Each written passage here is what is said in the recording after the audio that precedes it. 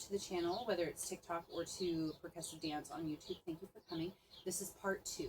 So we're going to get right into some technique for your Mayas, your Serenas, and your hip circles. I think you're going to get your step hip bumps just fine. It's not too difficult. So let's start with our hip circles. And the reason why I want to do this is I want you to understand the plane that we're working in. We're going to be in a very parallel plane to the floor.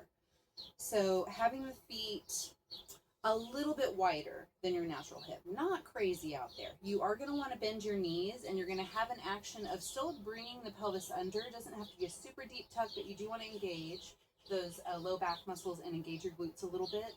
Zipping up underneath, bending just a little bit. You're going to have a bend forward and a bend back. And so really that bend forward is more of the knees and the pelvis go forward, and then the knees and the pelvis go back.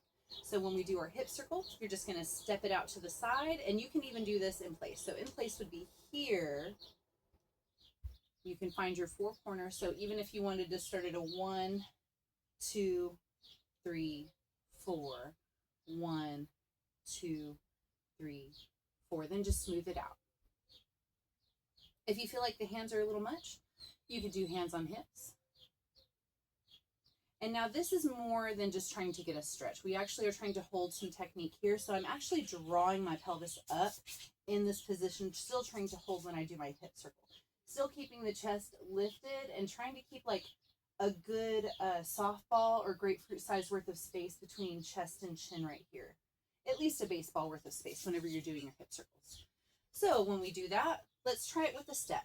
You're going to step out. So my weight is here, right?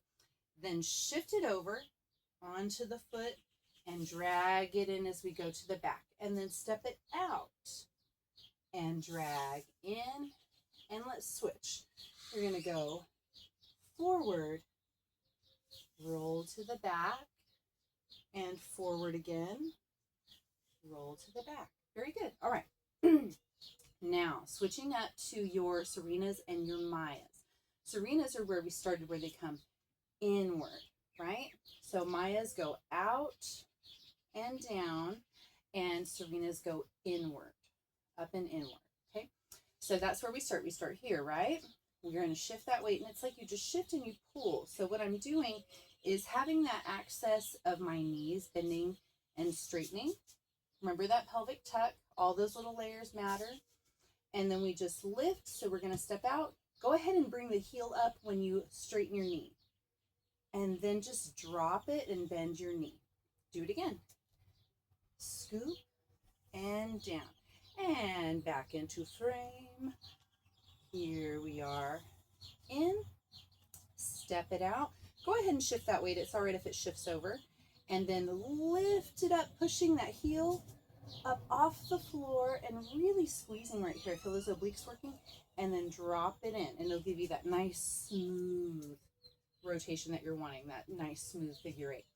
Now let's try this in place. So we did 2 on this side, 2 on this side, and then we come and do 4 in the center. You can do hands up, or at least hands here, frame nicely.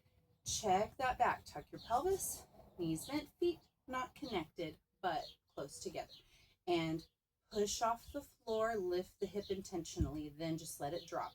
This hip on the other side will naturally lift. Finish the job though through the foot and the knee.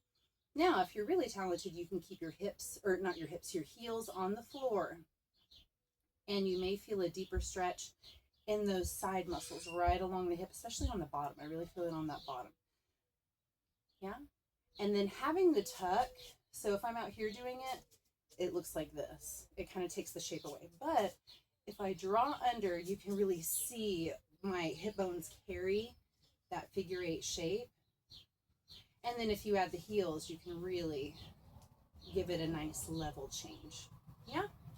Okay, now to go the other way. I feel like these, I don't know, maybe about the same on ability of ease, but for some of you may find one easier than another.